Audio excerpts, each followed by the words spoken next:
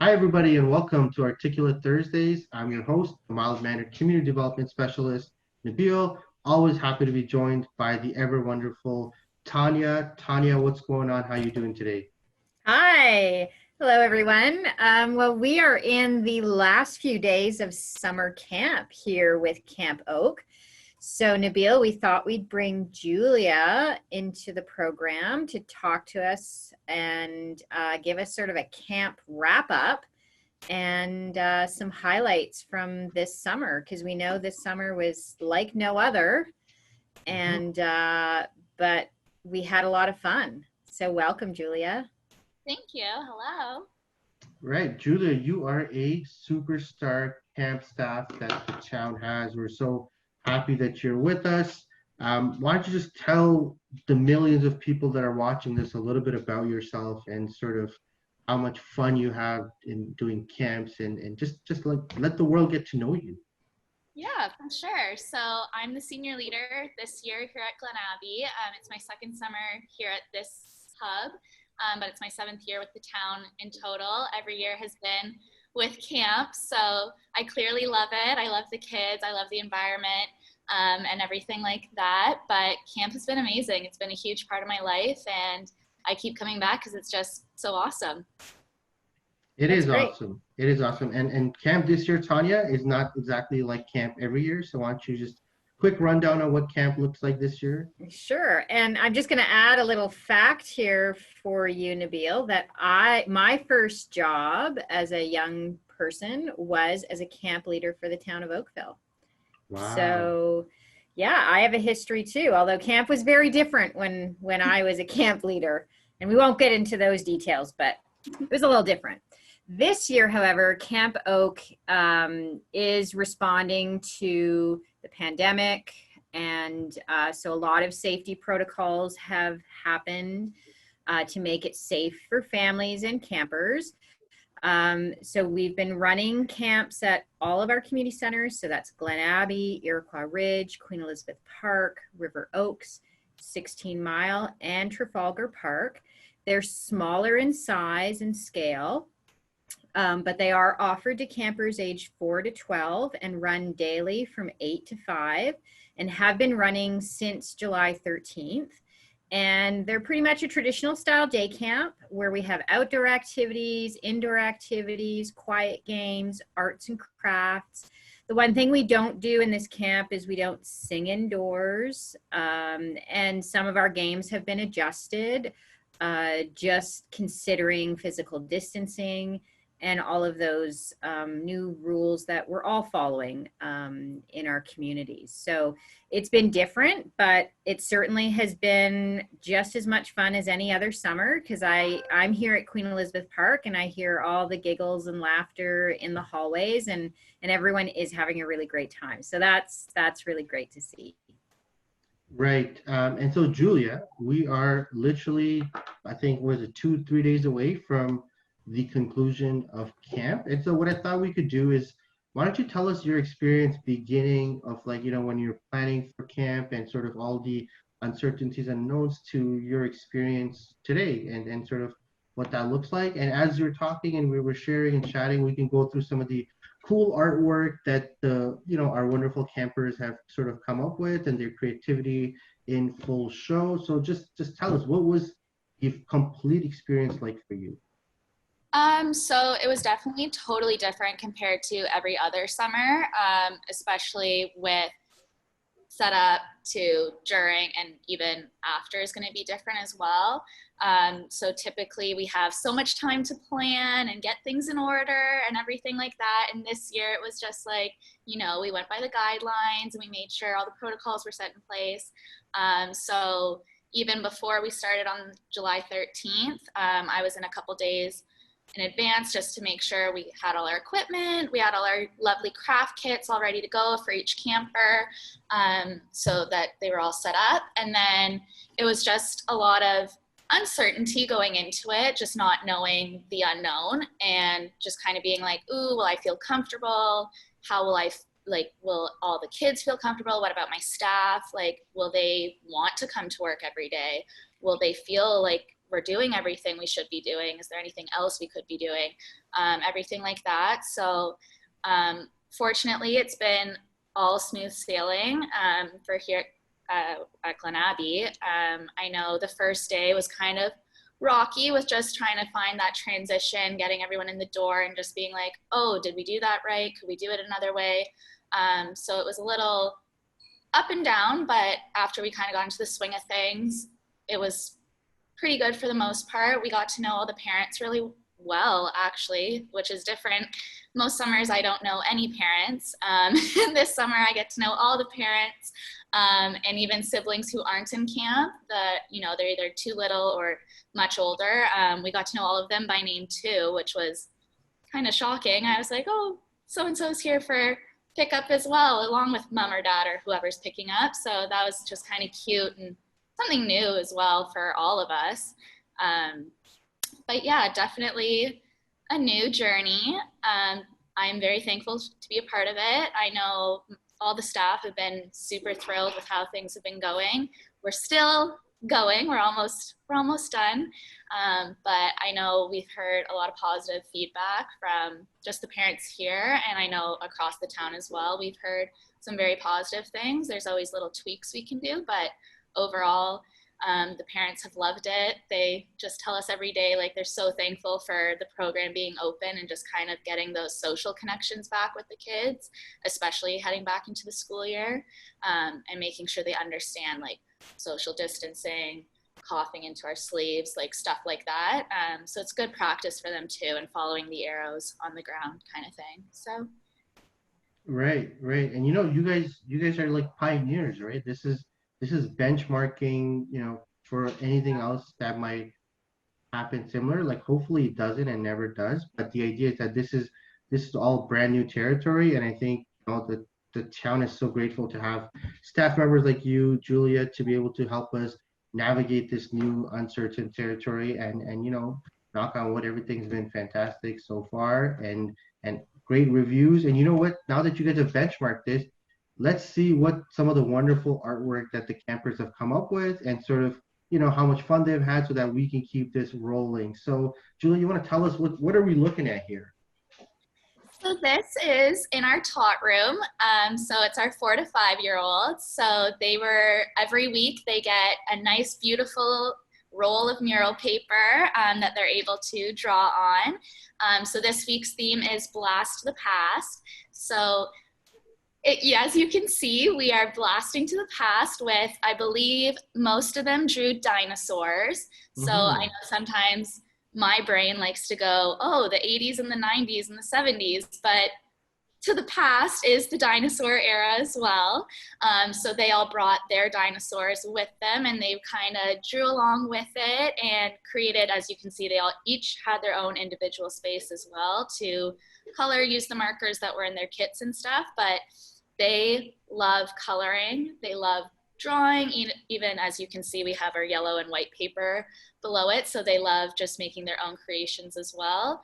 And we've had most of the same tots every week. So the same about 6 to 8 of them. So they all get to kind of know their spot and have fun and blast the past.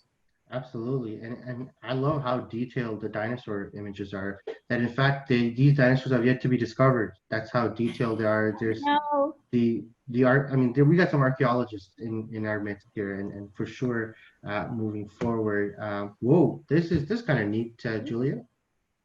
Yeah, so this is a lizard, but you can call it a gecko, whatever you see fit. But it's just kind of like the keychains that you can put around your keychain, like little attachment.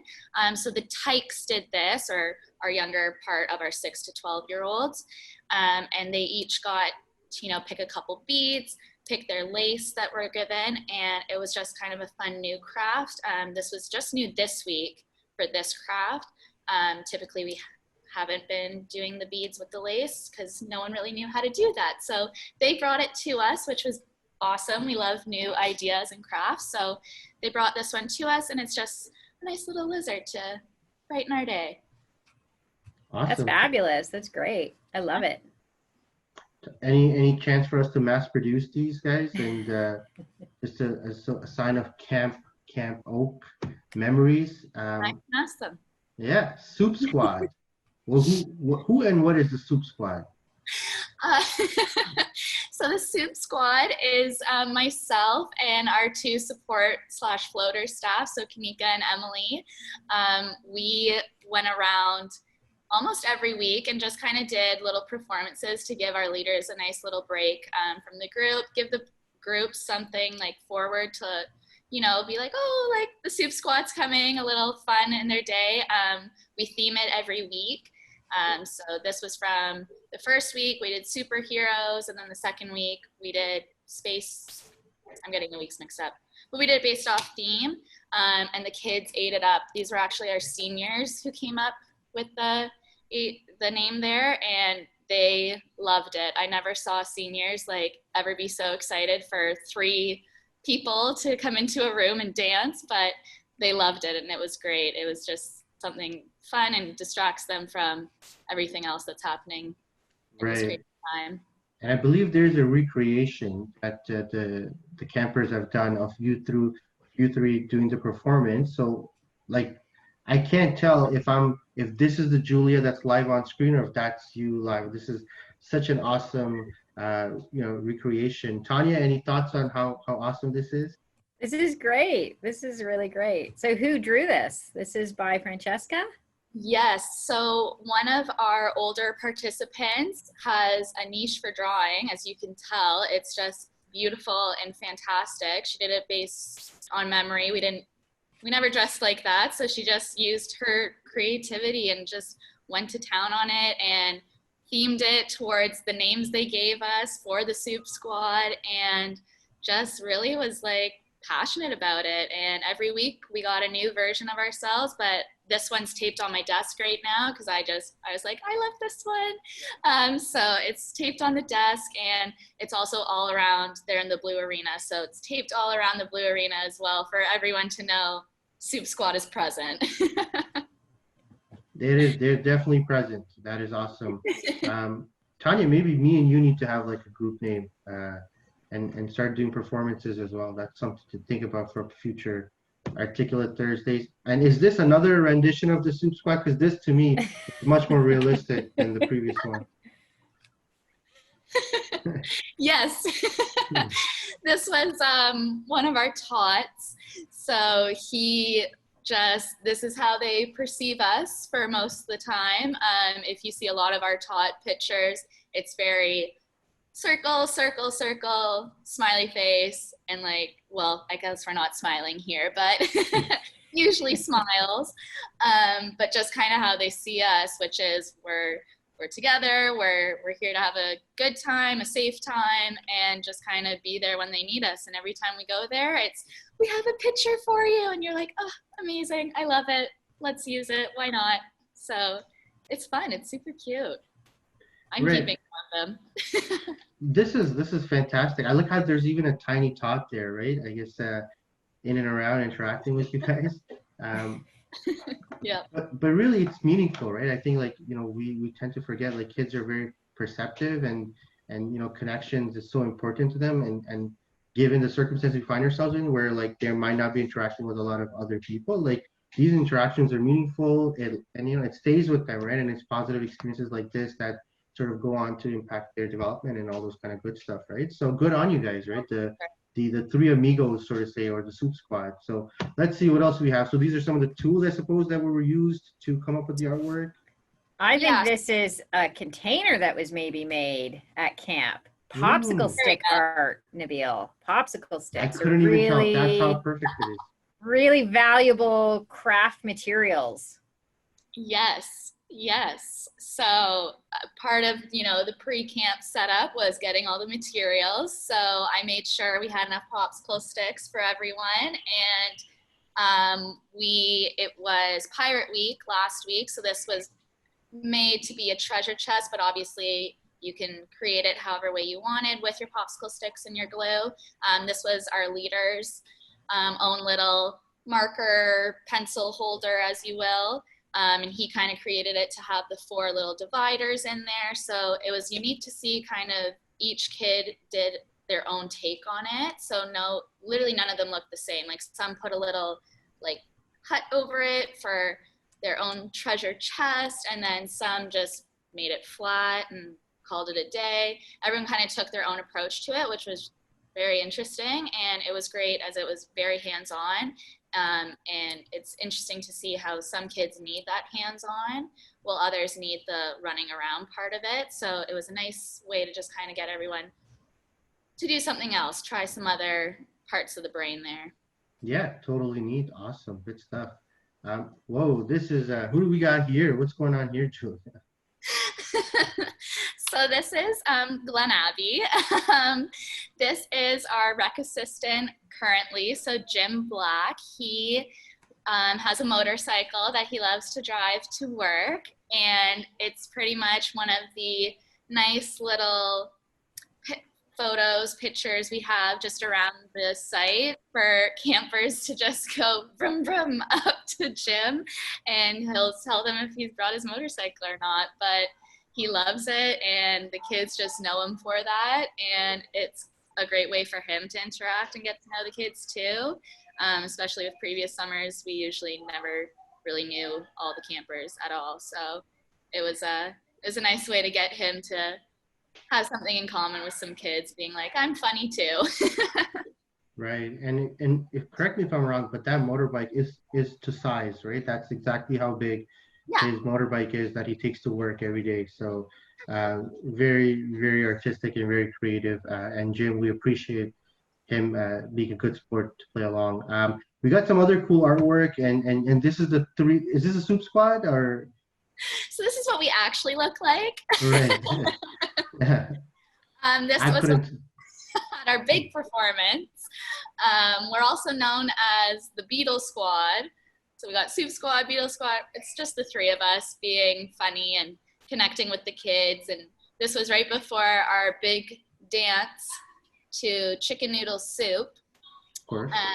And it was a success. We had everyone kind of bopping along with us, and now they request it every week. So we call it a success.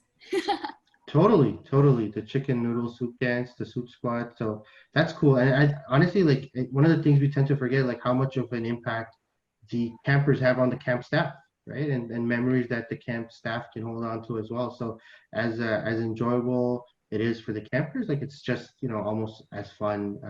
And I know, Tanya, you've been super involved with planning all these wonderful initiatives, and to see it come to fruition and almost at a conclusion, like, what are your thoughts on the whole Well, process? it's lovely to see.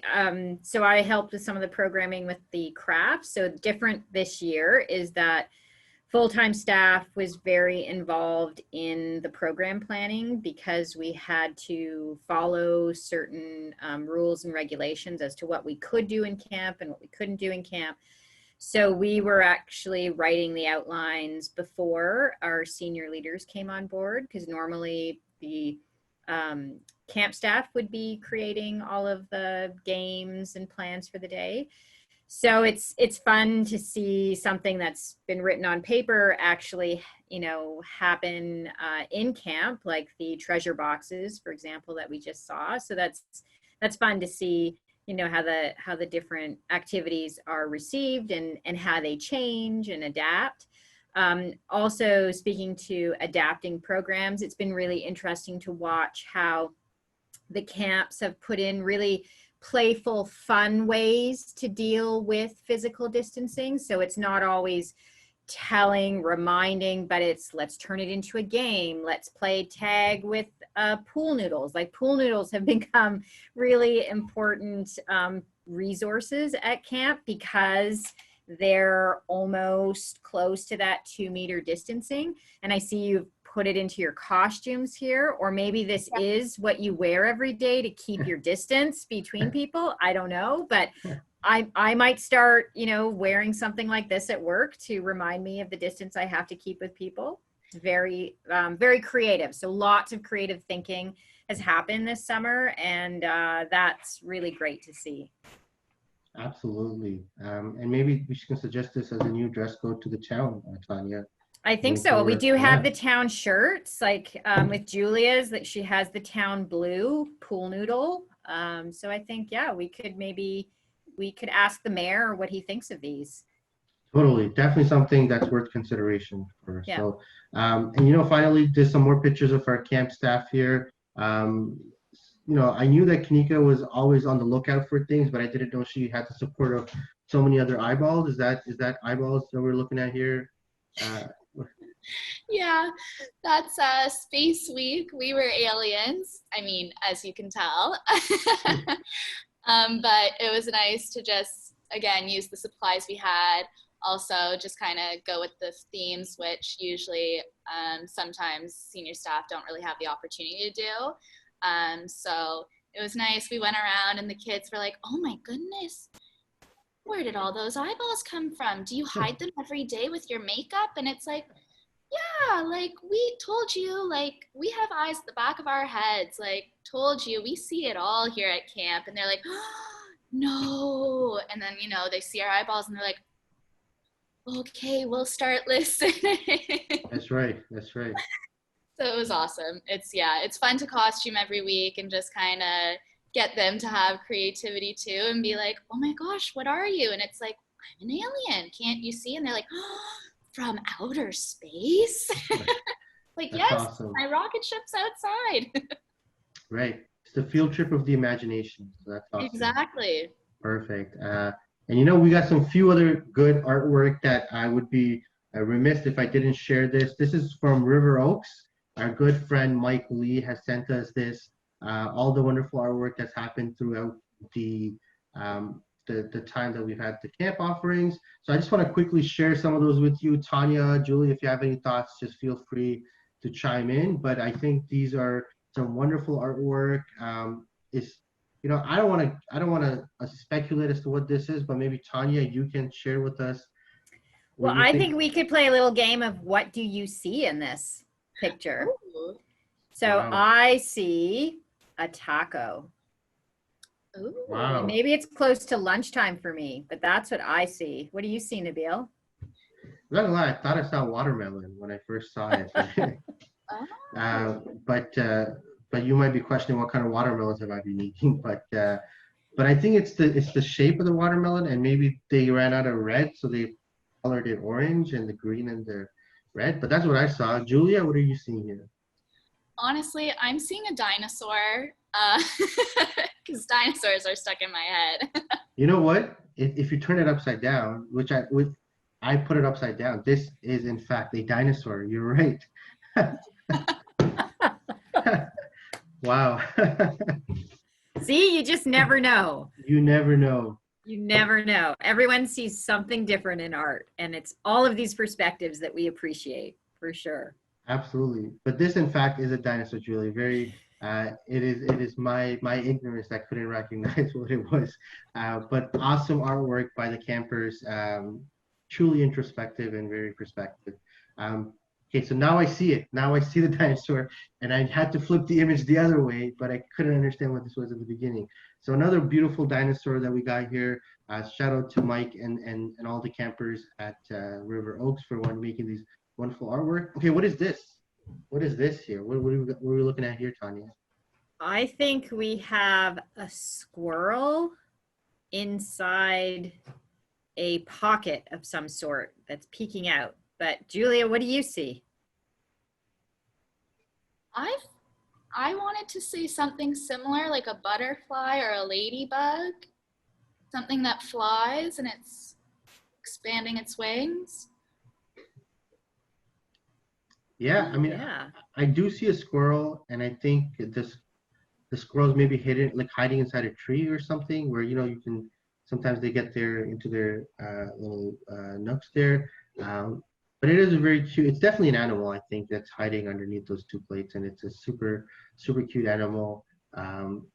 This can be really therapeutic. Like maybe we can use this for like asking people to talk about some unearthing some things that we didn't know before, some hidden challenges. So wow, like we got some archaeologists, we got some psychologists here. This is good stuff, guys. And this is just 2.5 months of camp. around that time, right? 2.5 months, 3 months of camp. So awesome stuff, guys. We've come up with such cool artwork. This is a cool drawing here. I think we just want to end with this because we're all stars, right? And the campers are stars, and the camp staff are stars, and this was challenging for us, right? Because something simple as camp, which obviously is so meaningful for everybody involved, took a lot of planning. But we're going to learn from this in terms of what our next step of programming looks like in our facilities, in the libraries, and in all the town offerings. So this was huge, and I just want to thank Julia for being such a big part of that and part of its success, and Tanya as well. I know you guys were super involved. Any last words, guys, before we wrap it up? Well, I wanted to say, thank you to all the staff involved in bringing camp together this year, and that's from our staff here, our programmers who created the new idea of Camp Oak, to all of the senior leaders and play leaders who actually made it happen. As Nabil said, this was our first hands-on programming to the public that the town has delivered. And of course, a lot of us were anxious about it, but we all got through it together, which was really helpful and comforting, that we all worked as a team, and also like our front desk staff that helped with all of the sign-ins every morning because there's special screenings that had to happen. So it was a full team effort, and we did really well. So I want to thank everyone for everyone's participation and contribution to summer camp this year. Awesome. Julia, thank you so much for being a part of this. We hope you're going to share this with the millions of people that you know, I'm sure. So guys, thank you. This is Articulate Thursdays, everybody. Take care and stay safe, Oakville.